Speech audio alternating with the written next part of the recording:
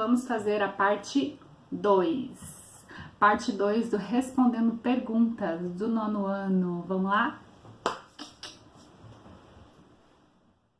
Eu estava falando de Brasília, a ideia era realmente construir uma capital de acordo com o estilo político, né, do JK, nessa ideia de descentralização de poder também, né, de democratização, vamos dizer assim, do acesso à capital, né, e de tornar, né, isso um polo de referência, né, a questão de Brasília. Certo? Muito bem, vamos para a próxima pergunta sem enrolação, que tem um monte de pergunta aqui, né? A próxima pergunta é do Cleison. Cleison, um beijo para você. Você pediu um beijo, Saudades, queridos. Ó, Cleison pergunta assim: as reformas urbanas também trouxe a tal das demolições de prédio, casas, para ser feito grandes avenidas? Sim, com certeza. A ideia era demolir os cortiços, né? Lembra que a gente estudou um pouco dos cortiços, fez até um comparativo com as favelas atuais, né? Então, os cortiços, naquela época, eram casas todas amontoadas e sim, muitas foram demolidas quando começou as reformas urbanas. Isso gerou também toda aquela revolta da época junto com a revolta da vacina, tá? Então, resposta sim, com certeza. A ideia do governo da época era essa. Muito bem. Só um pouquinho, gente. Vantagem de fazer videoaula em casa é isso. Tá. A pessoa na época da revolta da vacina tinha medo do método que era feito a vacina? Sora manda beijo. Meu sonho é um youtuber me mandar um beijo em um vídeo. Beijo. Eu não sou youtuber, estou sendo meio que obrigada a ser, porque eu sei o quanto é importante vocês ouvirem as nossas explicações. Eu sei que tem milhares de vídeos na internet, mas nada substitui o que vocês já estavam acostumados com a gente, né? O jeito, enfim, eu sei que isso é importante, né? Então, se a gente tem um veículo, mesmo que não seja tão fácil fazer, né?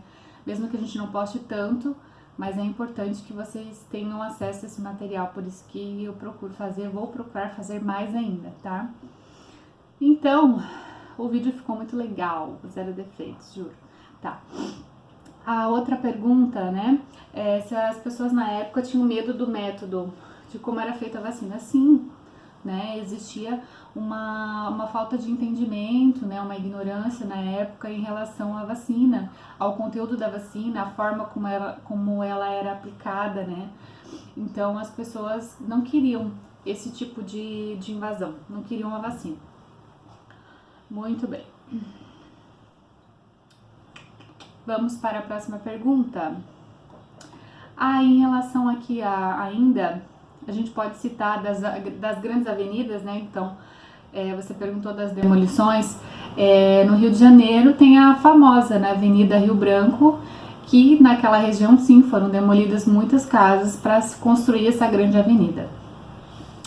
Próxima pergunta é do João Vitor. João, vamos lá. Essa letra maravilhosa, né, João? Tá bom. Por que naquela época eles queriam que o Rio de Janeiro parecesse com as cidades europeias? Porque a Europa, assim como ainda é hoje, sempre foi uma referência no sentido econômico, no sentido social, né? Olha, para começar, né, o nosso país foi colônia durante muitos anos de Portugal. Então, nós não tivemos o mesmo desenvolvimento que, por exemplo, os países europeus que eram a metrópole que exploravam as colônias, né? Então, historicamente, a gente sabe que esses países europeus, né, eles têm um desenvolvimento, né, são países de primeiro mundo e são referência. Então, logicamente que os outros países que estão atrás, né, eles vão ver esse modelo como referência. Então, por isso que as cidades europeias eram o sonho de consumo dos países que estavam se desenvolvendo, no caso do Brasil, que estava começando nessa essa modernidade que tanto a gente falou naquela época, certo? Muito bem. A gente pode até dar, por exemplo, um exemplo, a questão da moeda, né? Muitos países adotam o euro como moeda oficial e eu vou colocar, produção, por favor, coloque aí na tela quanto está o euro hoje e vamos comparar quanto está, né, com a nossa moeda para vocês verem a diferença, né, na questão econômica da valorização da moeda, né? Então a gente está falando de países de primeiro mundo, como se diz, né? Não que o nosso país não seja bom, nosso país é ótimo, né? Maravilhoso. Mas a inspiração é por causa disso, tá, gente? Vamos lá. Continuando então, mais próxima pergunta é do Júlio César. Júlio, vamos ver. Professora, por que os joinvilenses da época escolheram logo as cidades francesas para se inspirar em construir a nossa cidade? E aí ele vai falar, não, desculpa, vai ser porque o Rio de Janeiro, né? Porque escolheu logo as cidades francesas para se inspirar. Bom, gente, primeiro, na verdade as perguntas se complementam, né? Como eu falei para vocês, a questão da referência, né? E a França tinha muito essa questão, sim, da beleza das avenidas, das ruas, dos monumentos, né? Então a França com certeza era uma referência, era um modelo, né, a se seguir, certo? Continuando, respondido? Caso ficou alguma dúvida ou alguma pergunta que eu não coloquei aqui, por favor, deixem nos comentários.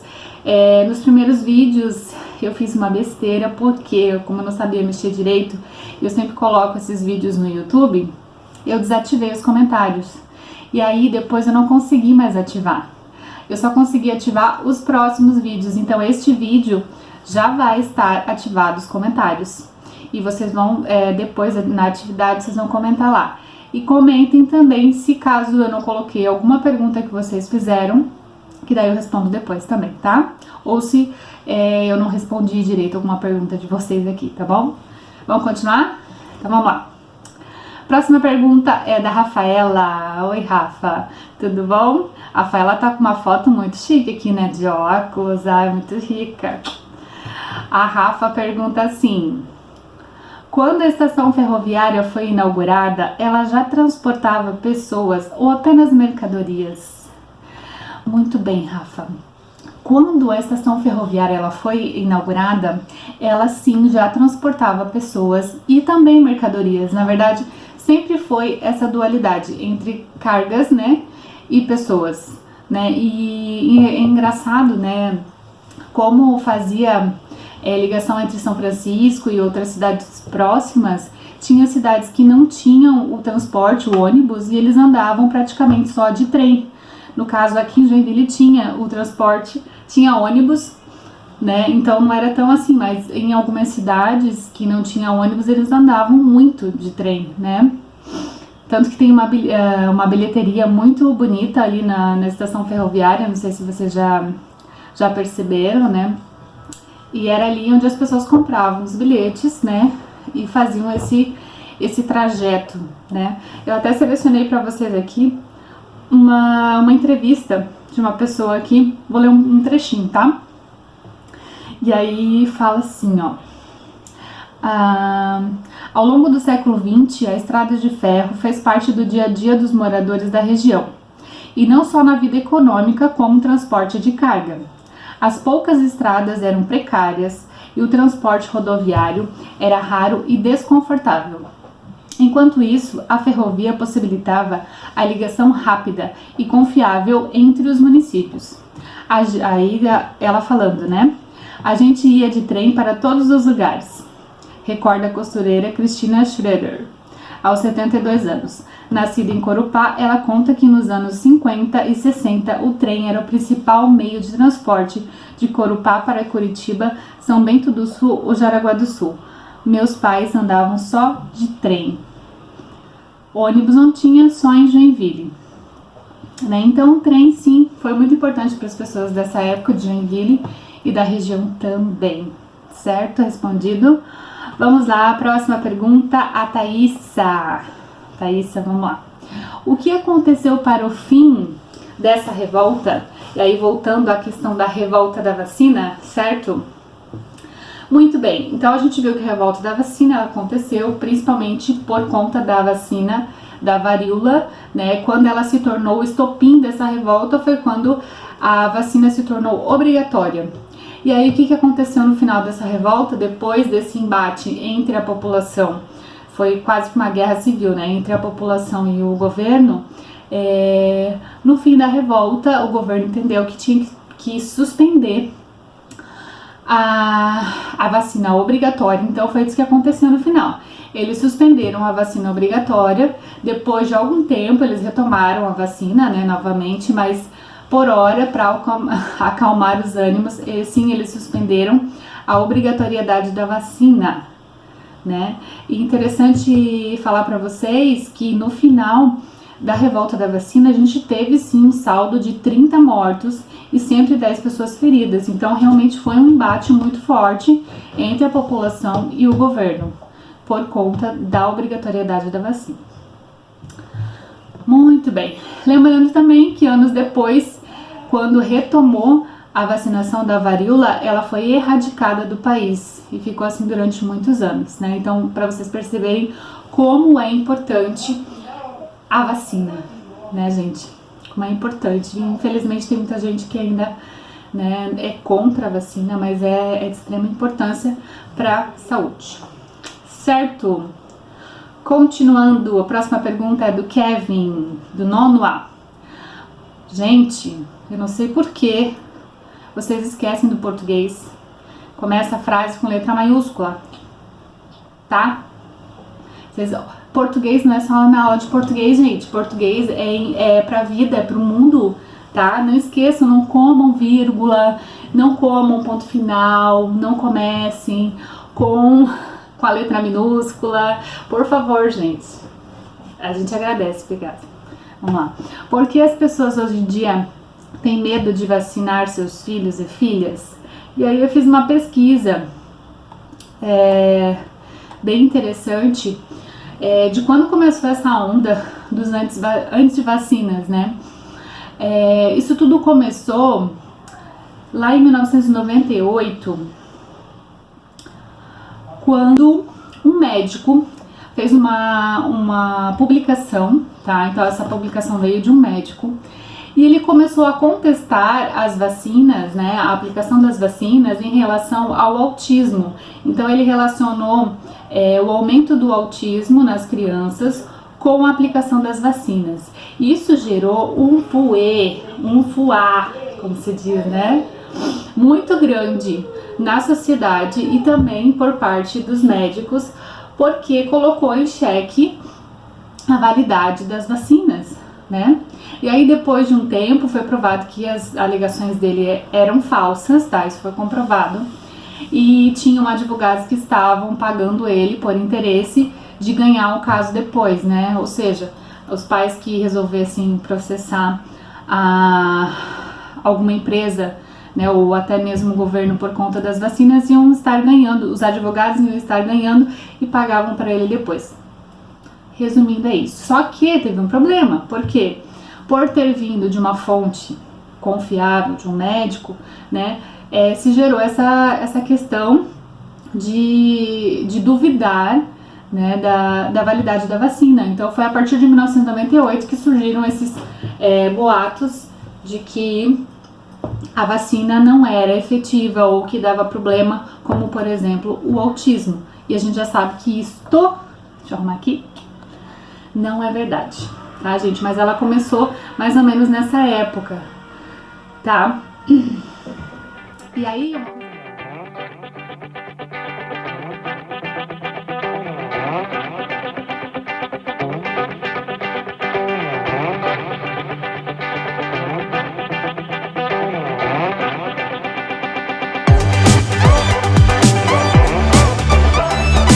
parte eram sim pelo Rio Cachoeira, mas não somente pelo Rio Cachoeira, tá, gente? As mercadorias que chegavam em Joinville, elas vinham também pela estrada Dona Francisca. Aliás, antes de ter, né, esse acesso ao rio, eles já utilizavam a estrada Dona Francisca como um meio de transporte aí para que chegassem a mercadoria de outras regiões para Joinville.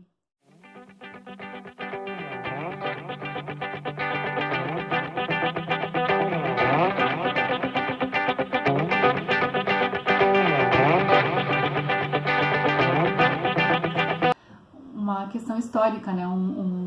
Não um monumento, um patrimônio histórico aí da nossa cidade, que é a Rua Dona Francisca, né? A Avenida Dona Francisca, certo?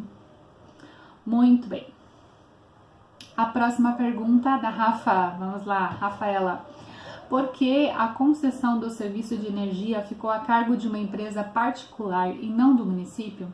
Aí também tá falando, né, daquela reportagem que eu deixei para vocês, dizendo lá que em 1906 surgiu, né, a energia elétrica aqui na nossa cidade, energia elétrica pública, né? Muito bem, então, pesquisando, gente, eu vou dar o meu parecer aqui, né? Por que ficou em cargo particular e não para o município? Ao meu ver, por motivos econômicos, né? Pelo que eu pesquisei, não ficou muito claro essa resposta, tá, gente?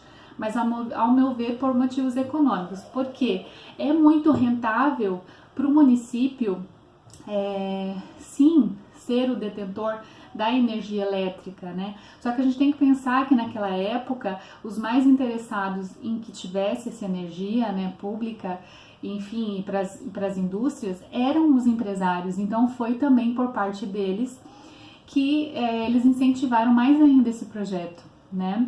Então eu penso que por motivos econômicos, num primeiro momento, o município não se tornou, né, o dono dessa questão da energia elétrica, e isso aconteceu depois, tá, gente? Então foi mais ou menos dessa forma, tá? Próxima pergunta, vamos lá. É da Thaísa também, certo? Eu vi que a estação ferroviária, Estação da Memória, né? Hoje ela se chama Estação da Memória, vocês sabem que hoje é um local, né, para visitação, até não sei se está aberto. Claro, agora não está aberto por causa da pandemia, né? Mas antes da pandemia não sei se estava funcionando também, tá? Mas era um local para visitação de alunos, de pessoas que tinham interesse em conhecer a história de Joinville lá da Estação da Memória, né? Porque ela foi fechada em 1942. Mas, aliás, eu vi que a estação ferroviária foi fechada em 1942, mas por que ela foi fechada? Qual foi o acontecimento que fechou esse grande marco da história de Joinville? Então, assim, ó, gente, eu pesquisei bastante. Até gostaria que você comentasse aqui aonde que você viu que ela foi fechada em 1942, porque eu não achei nenhum registro de que ela foi fechada em 1942. Por isso que eu não vou conseguir lhe responder esta pergunta, tá? E se a fonte que você pegou aqui menciona que ela foi fechada em 1942, por favor, deixem nos comentários, tá, Thaísa? Pra professora dar uma olhada, tá? O que eu achei é que em 1996 ela foi tombada como patrimônio histórico, tá? A Estação da Memória, né? E a partir da década de 80, a Estação da Memória deixou de ter o uso, né, para transporte, né? Até tem aqui alguns dados interessantes para mostrar para vocês, não. Em 1985, o trem misto parou de circular e foi substituído pelo uso de litorinas. 1991, a última litorina diária passa pelo trecho entre Corupá e São Francisco do Sul.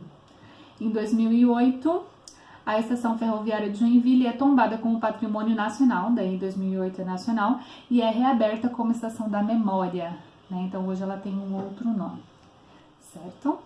Próxima pergunta. Vamos lá. Pergunta da Indianara. A pergunta que eu gostaria que fosse respondida no vídeo era: como era o índice de trabalho em Joinville, alto ou baixo? Aí eu não entendi. Como assim? Como que era o índice de trabalho? Se a maioria das pessoas trabalhavam? Aí eu fiquei pensando, será? Ou você quis dizer em relação ao trabalho rural e o trabalho urbano?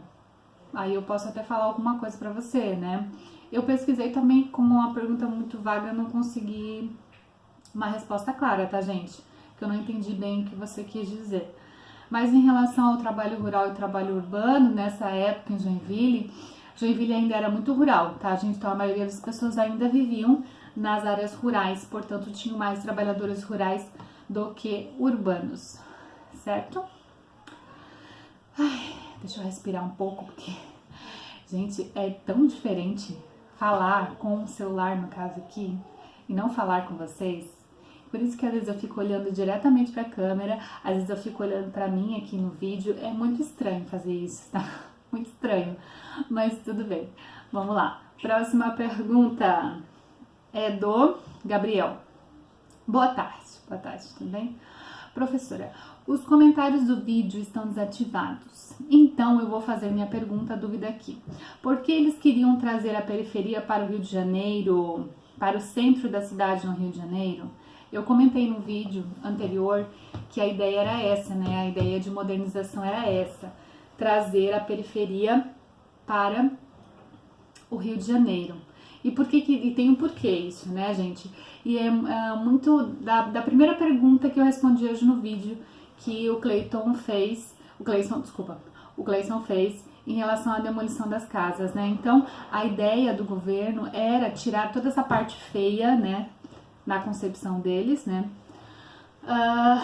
E passar essa grande parte da população da periferia que viviam desses cortiços para o centro da cidade. Então não é que eles eram bonzinhos, não. É que eles tinham essa ideia de modernidade e não adianta eles fazerem a modernidade num local só e o resto ficar à deriva, né? Então a ideia era demolir esses cortiços, né? E isso fez sim com que muitas pessoas passassem da periferia para os centros das cidades, né? Muito por conta de não ter mais essa moradia. Tá, gente? Então a ideia era mais ou menos essa, de mudar da periferia para o centro da cidade, tá? Muito bem.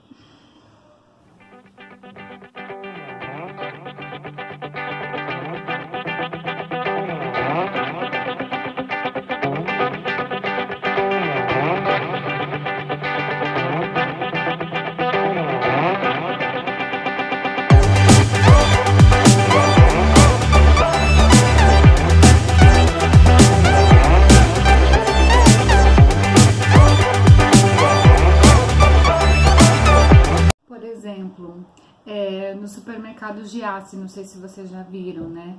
Mas eles estão implementando máquinas que substituem aquela pessoa o caixa, né? Aquela pessoa que vai passar as compras para você. Ou seja, você pega as suas compras, você mesmo passa, né? E vai embora. Então é uma tecnologia, uma modernidade, né? Uma substituição de mão de obra. E a gente se questiona, né? Até que ponto que essa modernidade auxilia a gente, né? Ajuda, mas a gente também pensa em quantos empregos que isso vai, quanto desemprego, né, que vai acontecer por conta disso, né? Então eu penso que a modernidade é um processo que continua, é um processo contínuo e existe os dois lados da moeda, né? Tanto a parte boa quanto a parte ruim. E a parte ruim é justamente essa, né? A questão do desemprego, né? A questão das pessoas terem um tempo para se adaptar às novas coisas que chegam. Então, por exemplo, essa questão da pandemia também trouxe uma outra, na verdade, o uso da modernidade que a gente muitas vezes deixava de lado, né? Isso que eu tô fazendo agora para vocês, né? Ou, enfim, as reuniões pelo Zoom, né? Coisas que já existiam, mas não eram tão utilizadas e agora a gente está utilizando. Então, a modernidade, ela tá aí pra gente e tem o seu lado bom e o seu lado ruim, certo? Continuando